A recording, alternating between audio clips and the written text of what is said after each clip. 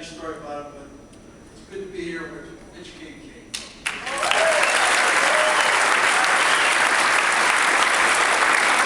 Let me tell you a little story. We used to have a defensive lineman named Matt Roth, all right? And Roth was a hell of a player.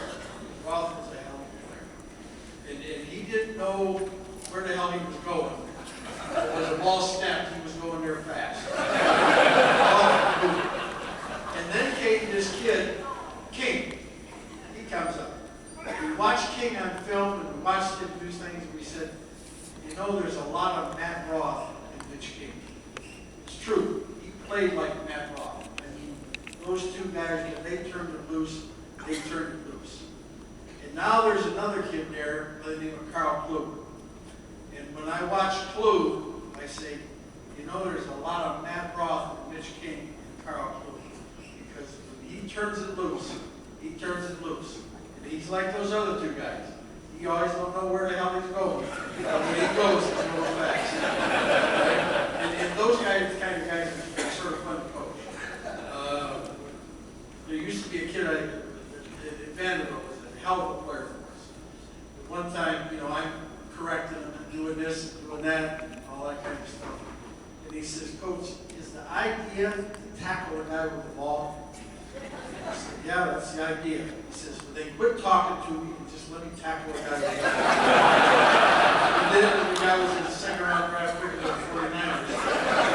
You know, he overcame his coaching. And that's sort of what these guys did last year. But about our defense next year, you know, we lose three guys. We lose Pat Anger, we lose A.J. Eads, and then Spivey came out a year early, so we lose Spivey. And people will say, well, what's going to be, what are you looking for? What's the most important thing? And the most important thing is, there was a time when we lost Abdul Hodge and Chad Greenway. Those two guys left. You know, they graduated. But that's what they're supposed to do. In college football, college athletics, they're supposed to come, and then they're supposed to go. They're like kids. You know what I mean? You're supposed to raise the kids, and then those some bitches are supposed to leave. Unfortunately, like you know with kids, they don't always leave. And sometimes when they leave, they come back with more. So you've got to get through that. But they're supposed to come, they're supposed to play, and then they're supposed to leave. So Greenway and Hodge left. And everybody says, well, what are you going to do? Who's going to take over the leadership of the team? And here comes King and Kroll. And they came in and they did a heck of a job. But they graduated and they left. So last year, it was Eads and Anger. Those guys were the leaders of the defense. They were the leaders. But now they're gone. So now we got to look and see who is the new leader. Where are we going to get the leadership from? And there's no question one of the leaders is going to be Claiborne, Adrian Claiborne. He is the godfather of the defense. He's the guy that all of them look up to. He's really a super guy as a player, and he's really a super guy as a kid. And Claiborne, and then in the secondary, Sash and Greenwood, those guys have got to be the leaders. The older guys have got to be the leaders. They're the guys that have got to set the tempo. And those older guys, as they get older, in theory, don't always work this way. Don't always work this way. All right, but they're like we've got 8 guys back from last year, 8 starters back from last year. They should be a year older. They should be a year smarter. They've been through Chris Doyle's Baton Death March for a year. They should be a year stronger. All right? And they should be better players than they were last year. They should be. But all that, the ball's in their court. It's up to them now. It's up to them.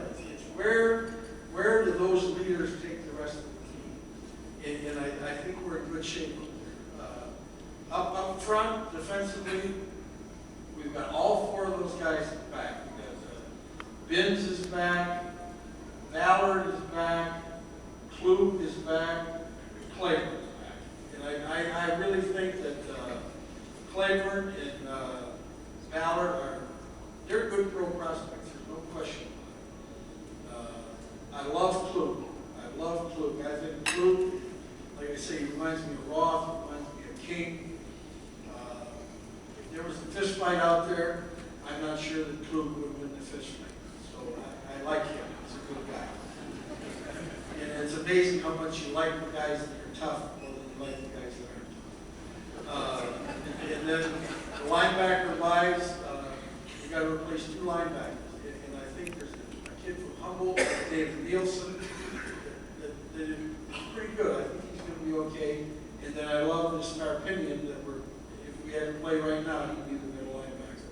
You know, we got Jeremiah Hunter. And then in the secondary, we got Sash and Greenwood that are both Iowa kids. That are good, reliable players. Sash some way comes up with a big play. I don't know how he does it.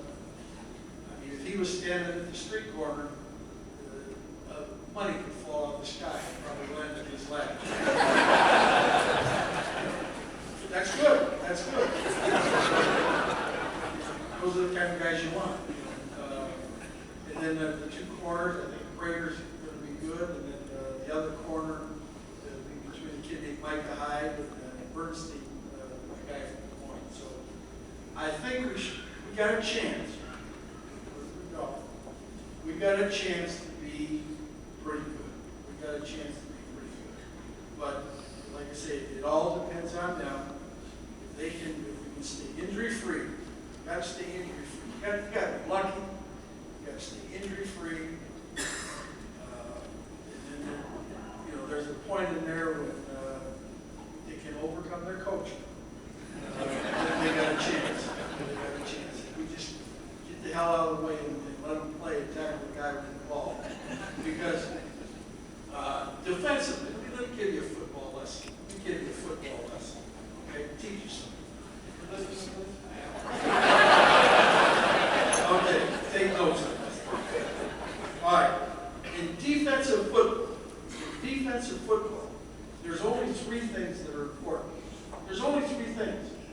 I don't care what defense you line up in, there's only 3 things that are important. 1, you got to contain the ball, support the ball.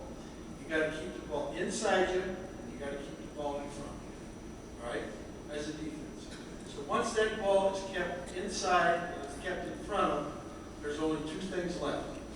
1, block protection. Don't let the guy block you. And 3, the other thing, tackle the guy with the ball. And that's all there is to it.